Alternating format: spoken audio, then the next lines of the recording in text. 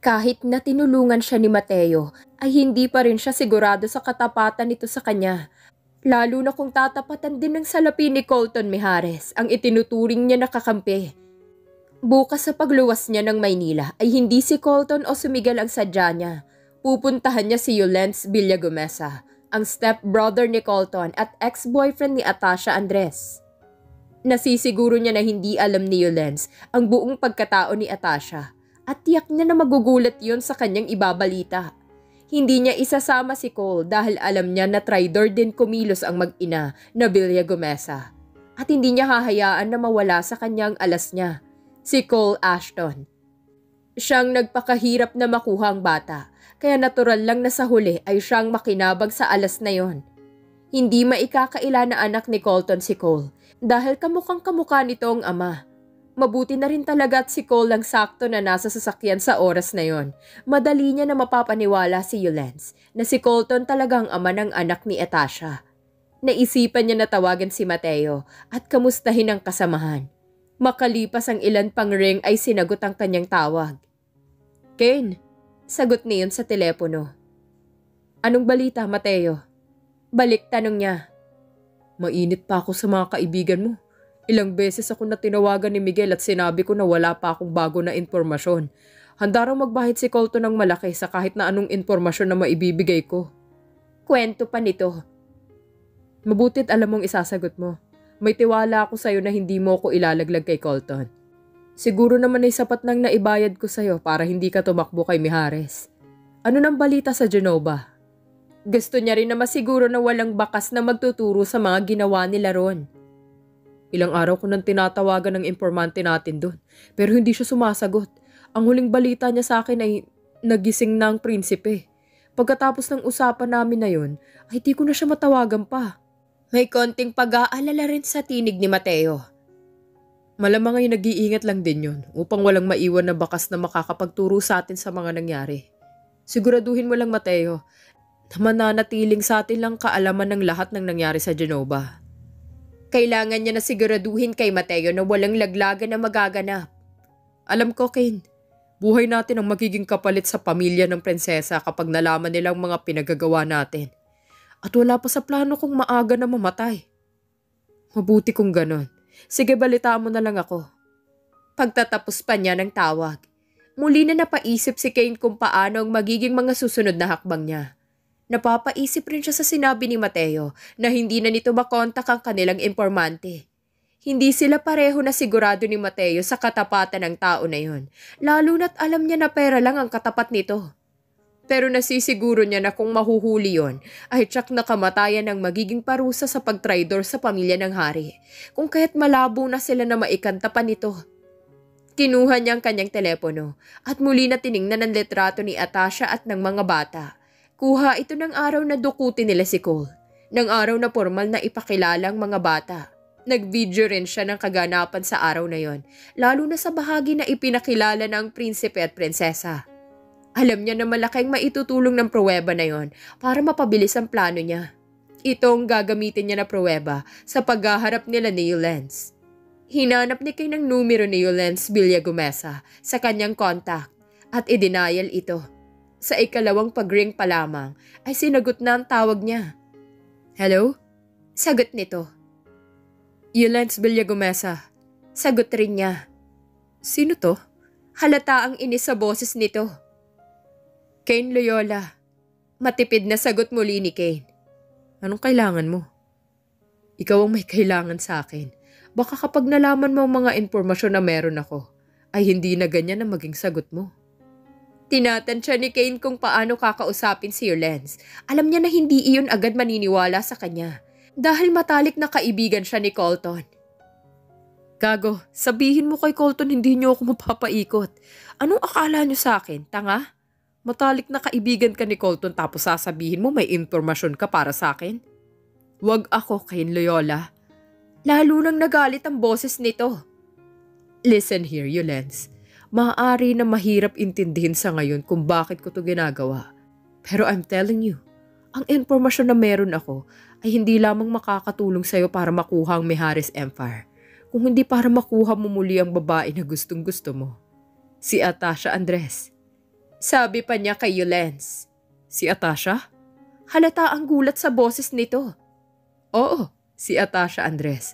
At kung ako sa'yo ay mas gugustuhin mo na mauna sa impormasyon ko bago pa magbagong isip ko at kay Colton ito ibigay. May halo na pagbabanta pa niya rito. What's in it for you, Kane? Paano mo ako mapapaniwala na bumabaligtad ka kay Colton ngayon? Baka nakakalimutan mo na isa ka sa bumugbog sa akin ng gabi na pinagtangkaan ko si Atasha. Tanong pa nito. First, what you did was insane, dude. Really? Kailangan mo pa na ipilit ang sarili mo sa isang babae. And let's just say that Colton and I don't see eye to eye right now. May mga bagay kami na hindi pinagkakaunawaan. At hindi ko alam kung maaayos pa namin yun. Now it's your choice kung papaniwalaan mo ko o kay Colton ko ibibigay ito. Ilang segundo na natigilan si Yulens. Marahil ay tinatansya ang mga sinasabi ni Kane. Hayaw man niya na paniwalaan pero malakas ang pakiramdam niya na kung ano man ang impormasyong meron si Kane ngayon ay magagamit niya yon para makuha ang Mijares Empire. Ang kumpanya na matagal na niyang binabalak at hinahangad na maangkin. Fine, magkita tayo. Saad pa nito. Good decision, Villagomesa. Meet me tomorrow, 8 p.m. sharp. Sa Sphinx Bar. Walang ibang kasama, Yulens. Just you and me. Fine. Siguraduhin mo lang na magugustuhan kong impormasyon na yan. Pagkasabi nun ay ibinaba na nito ang tawag. Napasandal si Kane sa kama. Ito na ang simula ng paniningil niya kay Colton Mijares. At siya, si Kane Loyola ang magiging pinakamasakit na karma ng kaibigan niya. Isang oras bago pa ang takdang oras ng pagkikita ni na Kane Loyola at Yulens Villagomesa ay naroon na si Kane. Sa dulo ng bahagi siya pumwesto upang walang makagambala sa kanilang pag-uusapan. Inihahanda na niya ang sarili niya. Halo-halong emosyon na nararamdaman niya ngayon. Ang isang bahagi ng utak niya ay nasisiyahan at hindi mapakali dahil malapit na siya na makaganti kay Colton. Malapit na niya na mapabagsak ang kaibigan. Ngunit may natitira na bahagi sa isip niya na naaawa para kay Cole. Sa sanggol na nakasama niya ng ilang linggo na rin. Alam niya na hindi niya dapat tinadamay ang bata. Pero sa ngayon si Cole lang ang paraan niya ng paghihiganti. Iwinaksi niya sa kanyang puso't isipan ng awa. Wala nang lugar ang awa sa ngayon. Hindi siya maaari na maawa dahil puot at galit ang nararamdaman niya sa ama ng bata. Anong pag-uusapan natin? Tanong ni Yulens habang padabog na naupo sa katapat na upuan niya. Yulens Villagomesa. Bati niya rito. Ayoko na magpaligoy-ligoy pa, Kane Loyola. Anong mahalagang bagay na gusto mong pag-usapan natin? Umiling-iling muna si Kane, tsaka nagpatuloy na magsalita. Mainipin at mainitin ka pa rin hanggang ngayon. Ayoko nang nagpapaligoy-ligoy pa. Kung may gusto ko, sinisiguro ko na mapupunta sa akin yon. At masyado na akong matagal na naghihintay para sa Mijares Empire. Kaya hindi mo ako masisisi sa pagkakamainipin ko ngayon. Sige, anong gusto mo na unang pag-usapan natin? Ang kumpanya na balak mo na angkinin? O ang babae na gusto mo na bawiin? Hindi ko lang maintindihan na ikasal ka na sa anak ng isa sa pinakamayaman sa bansa. Ano pang hinahabol mo sa Mijares Empire? Which brings me to my second question. May asawa ka na. Bakit hinahabol-habol mo pa rin si Atasha? Simple lang, Kane. Masyado nang maganda ang buhay ni Colton simula noon. Mijares Empire ang pinaka-importante sa kanya. Kaya gusto ko na mapunta sa akin yun. Naiinggit ako sa buhay na meron siya bilang nag-iisang anak ni Celsius Mijares. Samantalang ako'y nananatili na sampid lamang. And about Atasha? Noon pa man ay akin siya. And you can't blame me. Napakaganda at napaka-nice ni Atasha. Kaya nga lang mahirap siya. Hindi siya pwede na maikasal sa akin. Pwede ko sana siya na gawin na kabit ko. Kaso ayaw niya. And I don't think no for an answer. Lalo na di ko pa siya natitikman. Tere-derecho na saad pa nito. Natatawa na naiiling si Kane sa tinura ng kaharap. Kung hindi lamang niya gusto na makaganti kay Colton ay hindi siya makikisanib puwersa kay Yulens. Pero si Yulens lang ang paraan, kaya kailangan niya na laruin ng tama ang lahat. Nakakatawa na lahat ng gusto mo makuha ay nakuha na ni Colton. Panguuyam pa ni Kane sa kaharap. Madilim na titig ang binalik ni Yulens kay Kane dahil sa sinabi niya. What? Halata ang galit sa boses nito nang magsalita. Si Atasha hindi isang mahirap na gaya ng inaakala nyo na mag-ina. I'm sorry to burst your bubble, Yulens, but you've lost big time the moment you let Atasha walk away from you. Anong ibig mo sabihin? Simple lang. Si Atasha Andres at si Princess Atasha Minette Altamirano ay iisa. Siyang prinsesa ng Genova at ikalawa na nakapila sa trono ng mga Altamirano. What? Gulat na gulat si Yulen sa narinig kay Kane at ang reaksyon niyang lalo na nagbigay kasiyahan sa mukha ni Kane. Frankly speaking, you should have been a prince. Wala yun sa pinapangarap mo na Miharis Empire. Kaso dahil sa nanay mo, prinsipe ka na sana, naging bato pa at nauwi sa pagiging pulubi. Are you fucking kidding me? Asar na tanong ni Yulens. Kinuha ni Kane ang kanyang cellphone at hinanap ang litrato ni Atasha. Isinend niya yon sa number ni Yulens. Check your phone. Agad na kinuha ni Yulens ang telepono niya at nanlaki ang mga mata nang makita si Atasha na nakatayo at nakabihis prinsesa. Marami rin na nakabantay na gwardiya sa babae sa kuha na yon. Ngunit ang mas lalo na nakapagpadilim sa mukha niya ay ang isang lalaki na nakahapit sa bewang ni Atasha. Prince Aldrich Lorius, isang prinsipe na ngayon ay kaagaw mo. I doubt na makukuha mo pa ang prinsesa. Ngumisi pa ng nakakaloko si Kane na lalo na nagpainis kay Yulens. Nasaan siya? Tanong naman ni Yul na titig pa rin sa litrato ni Atasha kasama si Aldrich. Natural, nasa Genova. At sinasabi ko sa'yo na maswerte ka na. Hindi na pinalaki ni Atasha ang ginawa mo na pagtatangka sa kanya. Dahil kung nagkataon ay baka nakalibing ka na ngayon. Bigla na namutla si Yulen sa sinabi ni Kane. Gustong-gusto ni Kane na nakikita ang pagkatakot sa mukha ng mayabang na lalaki. Paano mo nalaman ang lahat ng ito? That's for me to know. And you to find out. Hindi lahat ng sekreto ko ay pwede ko sabihin sa'yo. Masamang tinitigan ni Kane si Yulens. Nasa mata pa rin nitong paghanga kay Atasha. Hindi niya alam kung anong tumatakbo sa isipan nito ngayon. Sa rami ng iba't ibang emosyon na nakikita niya na rumihistro sa mukha nito, ay hindi niya na yun mabasa. I want her. I still want her and I will do everything to get her. Determinado na sabi ni Yulens kay Kane. Well, if that's the case, kailangan mo maghanda. Sa dami ng security ni Atasha mukhang mahihirapan ka na makalapit sa kanya. At mas lalo na mahihirapan ka na makapunta ng Genova. I want her and no one can stop me from wanting her. Napapaisip si Kane habang tinitingnan niya si Yulens. Mukhang obsessed na ito kay Atasha Andres. At hindi niya alam kung ano ang magiging reaksyon nito kapag sabihin na niya na ang babae na hinahabol-habol nito ay nabuntis ng iba at ang masama ay ang mortal pa na kaaway nito. Ang nakaisa rito, si Colton Mihares. Bago mo pagplanuhan na makita at makuha muli si Atasha, there's still something that you need to know. What? Muli na tinitigan ng lalaki. Sarkastiko muna siya nang ngumiti rito. Bago muli na nagsalita. You seem obsessed with her. Baka dahil hindi mo nakuha at natikman kaya ganyan ang kagustuhan mo na makuha siya. Kahit kasal ka na? What if sabihin ko sa'yo na may nakakuha na sa kanya?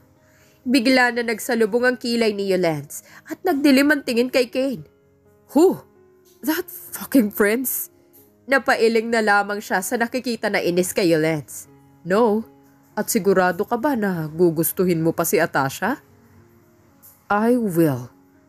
Take her back. Get her back from that asshole of a prince. Prinsipe lang siya. Pero kaya ko na ibigay at pantayan ang yaman niya. Kapag napabagsak ko na si Colton, magiging mayaman ako. Wala man akong titulo na prinsipe. Hindi na kailangan ni Atasha ng yaman. Masyado na siyang mayaman. In fact, ang babae na sinumpa-sumpa ng nanay mo at tinapaktapakan ng pagkatao ay mas mayaman pa sa inyo. Kayang-kaya niya na bilhin ang Miharis Empire kung gugustuhin niya. I can be whoever she wants me to be. Basta bumalik lang siya sa akin. Can you be a father? Sa asawa mo pa nga lang hindi mo na magampanan ng papel ng asawa. Ang pagiging ama pa kaya? What? May anak na si Atasha? Gulat naman na tanong nito. Muli siya na tumango bilang kasagutan.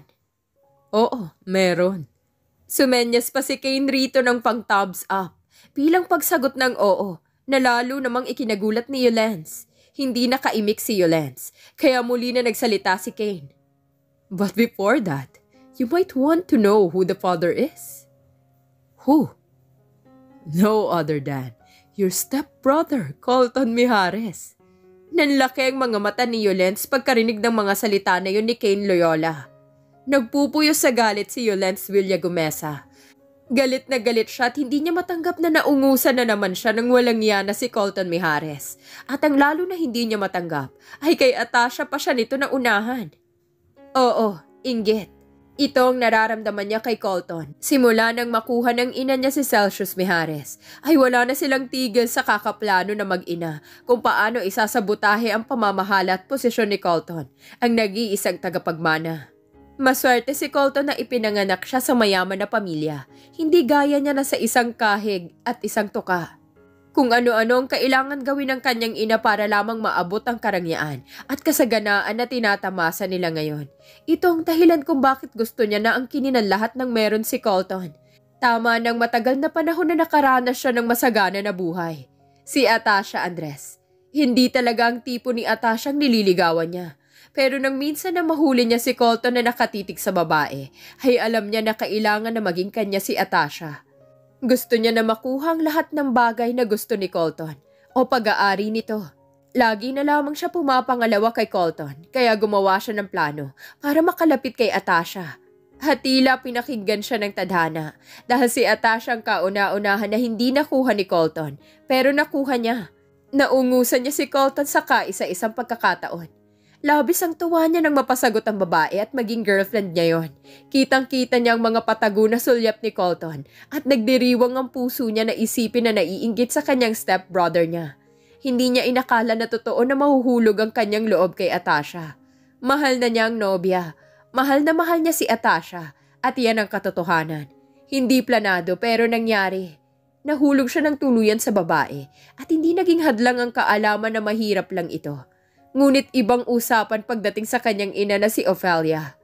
Ayaw nito na muli na bumalik sa kahirapan, kaya galit na galit siya sa mga babae na iniisip niya na ginagamit lamang ang anak. Takot ang kanyang ina sa sarili nitong multo. Mahal niya si Atasha, ngunit naging mas matimbang ang kagustuhan niya na maging CEO at mapantayan si Colton. Kaya siya pumayag sa gusto ng ina na maipakasal kay Vanny, ang heredera ng mga Lopez. Nanaig ang kanyang kagustuhan na matalo si Colton. Pero ngayon ay siyang talunan dahil naisahan at naunahan siya muli ni Colton kay Atasha. At sigurado siya na si Colton na nakakuha dito. Ibinato niya ang hawak na baso ng alak at tumama ito sa pader kung kaya't nabasag yun. Hindi siya makapag-isip ng diretsyo at nag-uumapaw ang galit na nararamdaman niya. Sigurado siya na isa lang ang gusto niyang kahinatnan ni Colton Mijares, ang unti-unti na pagbagsak nito. At salamat kay Kane Loyola, ang matalik na kaibigan nito. Magagawa niya ng pabagsakin ng mayabang na Mijares. Bumukas ang pinto ng opisina niya at pumasok si Ophelia. Gigil na nakatitig sa kanyang ina. What's the meaning of this, Yolens? Tumawag sa akin ang asawa mo at ilang oras ka na raw tinatawagan ng hindi ka sumasagot. Ano na naman ang problema mo? Inilibot ng ina ang paningin sa opisina at nakita ang baso na nagkabasag-basag. Nag-away na naman ba kayo ni Vanny? Yolens, I told you to have shut up, Mom! Sigaw ni Yolens sa ina. Gulat na napatingin sa kanya si Ophelia at sa nanlalaki ng mga matay gigil na gigil siya na sinagot. What did you just say? I said shut up! Shut up! Shut the fuck up, Ma! How dare you! Galit na lumapit sa kanyang ina at pinaghahampas siya ng bitbit nito na bag. Agad naman niya na nasali ang mga hampas at bahagya na naitulak ang ina, kung kaya't lalo ang galit sa kanya. Yolens Villagomesa! You son of a bitch! Sigaw sa kanya. Oo, Ma. I am the son of a bitch. I am your son after all. Sarkastiko na sagot naman ni Yolens sa kanyang ina at saka siya tumalikod papunta sa couch. Hindi agad nakaimik si Ophelia na gulat sa sinabi ng anak. Napahawak naman si Yolens sa sentido niya at hinimas ito. I'm sorry, Ma. I don't mean to. Ang dami ko lang iniisip ngayon. Sino? Si Atasha na naman? Huwag mo sabihin na hindi mo pa rin makalimutan ang babae na yon. Forget about her, Yolens. She is nothing. You have Vanny and when you have Vanny, you have everything. You don't get it. Hindi mahirap si Atasha. Nagkamali ka. Nagkamali tayo. Sigaw niya rito. What? Si Atasha Andres ay isang prinsesa. Siya si Princess Atasha Altamirano ng Genova. Halos pabulong na sabi na ni Yulens. Nanlaki naman ang mga mata ng ina sa narinig. What? How could she? Hindi totoo yan. Naiiling-iling na sagot ni Ophelia. It's the truth. Then you need to get her back. I can't. You need to. Mas mayaman siya, Yulens. Kaharian ang pwede na mapunta sa'yo. So go, get her back. Can you stop being a social climbing ass for a while? Inis na turan niya. Nagsalubong naman muli ang kilay ng ina sa narinig. Baka nakakalimutan mo, Yulens. Because of this social climbing ass, nakaranas ka ng marangya na buhay. Naranasan mong buhay na maski sa panaginip ay hindi mo inakala na makakamtan mo. Now be grateful and follow my orders. Hindi pa ba pagtanaw ng utang na loob ang ginawa kung pakasalan ko si Bunny? Hindi pa iniwan ako ng babae na gusto ko dahil sa mga plano mo? Ano pa? Ano pa ang kulang, Ma? You need to get Atasha back. You need to make her fall in love with you again. Do you think it's that easy?